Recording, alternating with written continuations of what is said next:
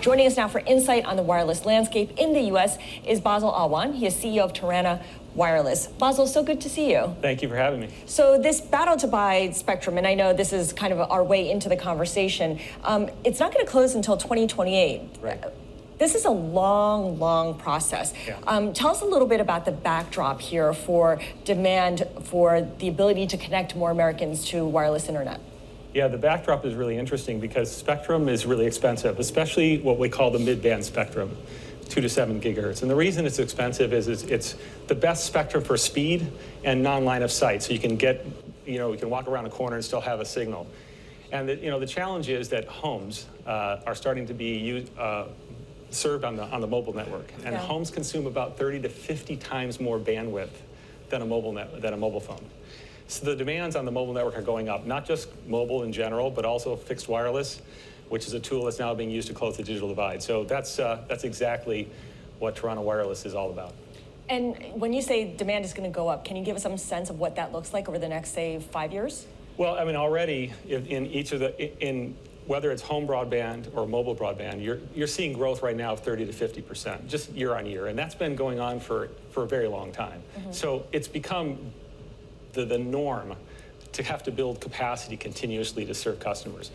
Video in particular is the thing that's driving most of the bandwidth growth, though, and video on demand specifically, because when you do video on demand, everybody's watching at different times. You have to send a separate stream to every consumer, so that's exploding bandwidth requirements. I never really thought about that, but that has to complicate things. I am curious about your business and the types of wireless connections that you're building. Yeah. You're building poles, right?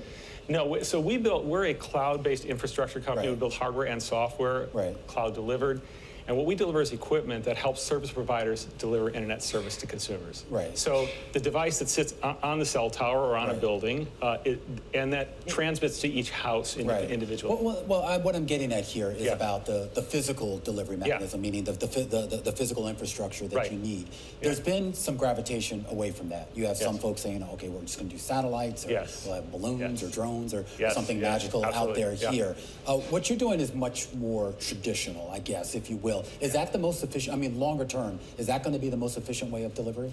It's a great question, and I get this question a lot of times, because if you look at there's fiber, which is a great medium. There's satellite, which is also a very nice tool. Well, fiber is great. Fiber's great, but it's expensive. You have to trench the streets. Yeah, I remember trying to get one laid. It's incredibly difficult to get. How much? That's exactly right. And satellite's great for remote because you don't need any infrastructure. So you can be out in the middle of nowhere and you can get a signal. And now with low Earth orbit satellites like Starlink, it's actually a pretty good service. In the old days, it was pretty tough. The challenge is actually in between, where you don't have density necessarily to justify fiber, and so it's economically tough. And there's not enough capacity on the satellites to cover. So that's where we come in and we use the wireless, terrestrial wireless. So we're on a cell tower nearby, whatever, but it can be miles away. My house is 14 kilometers from the tower. I'm getting 320 megabits per second down. So it's you can deliver a really good service from quite long distance. Forgive me if this is kind of a dumb question, but why Tarana? I mean, what are you doing that, say, the big companies can't do for themselves? That's a great question. Another good question. So if you think about wireless and specifically delivering wireless internet, so this is the moment right now where we need this. The governments have realized, and everybody realizes now, how important it is to everybody to have a good broadband connection. So, if you look at the wireless systems out there right now, you have 5G, which is really built for mobile phones, and you have traditional Wi-Fi that was built for indoor networking. This is the first time a company has built a ground-up new technology, and this is really ground up. This is a fully re-engineered system just for home broadband. And because we did that, we can get much better efficiency, and we can use different spectrum much more effectively. So we get some real benefits for the people who are trying to deliver the service. And you may notice that the problem has not been solved. If it was easy, it would be solved by now. There's a bunch of challenges here, and technology has a way of every now and then turning the crank and making something possible that previously wasn't.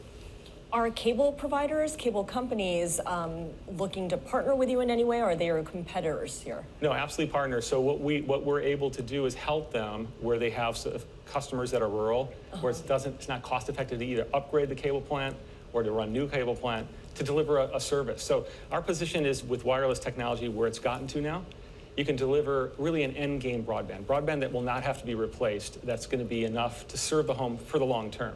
So they have a new choice, really, to deliver high-quality broadband, without having to trench. And your company just announced a $50 million round of financing. That's correct, yeah. Tell us a little bit about what the priority is for you in terms of spending that. Yeah, it's really important for us because we're in growth mode. So we launched our product a couple years ago.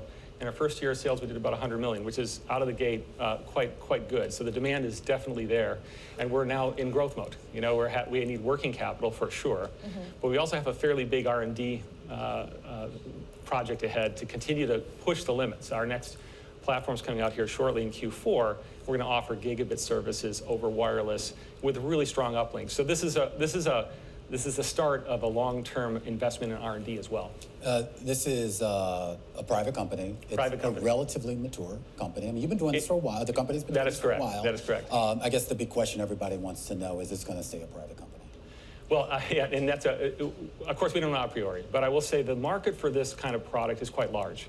So I think this company does justify a public offering at some point. Obviously, we have to kind of keep building the company and see where it leads us. But I think it is a candidate for that because if we look at the global market, it's incredibly large, and so it's a good opportunity to build and we have very deep technology. It's a deep tech company. It's very hard to build this.